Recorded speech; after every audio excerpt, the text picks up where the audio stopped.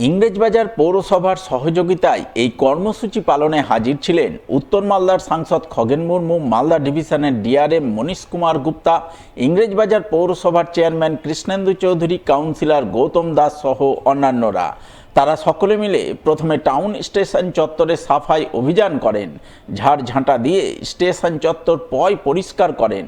এরপর শপথ বাক্য পাঠ করার মধ্য দিয়ে রেল কর্মচারী সহ সাধারণ মানুষজনকে স্বচ্ছতা বজায় রাখতে এগিয়ে আসার আহ্বান জানান তারা। जो एक अभियान करते हैं, इस बार का थीम है स्वच्छोत्सव।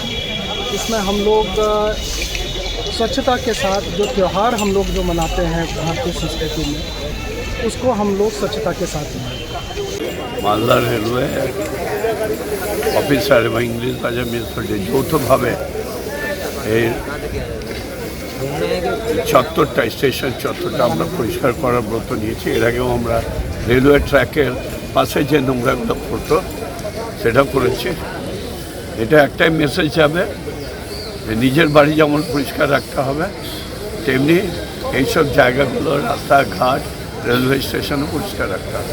আজকে হচ্ছে স্বচ্ছতা দেশভর আমরা এই স্বচ্ছ ভারত অর্থাৎ স্বচ্ছ ভারত গড়ে তোলার জন্য দেশ জুড়ে আজকে এটা একটা উৎসব হিসেবে সবাই পালন করছেন।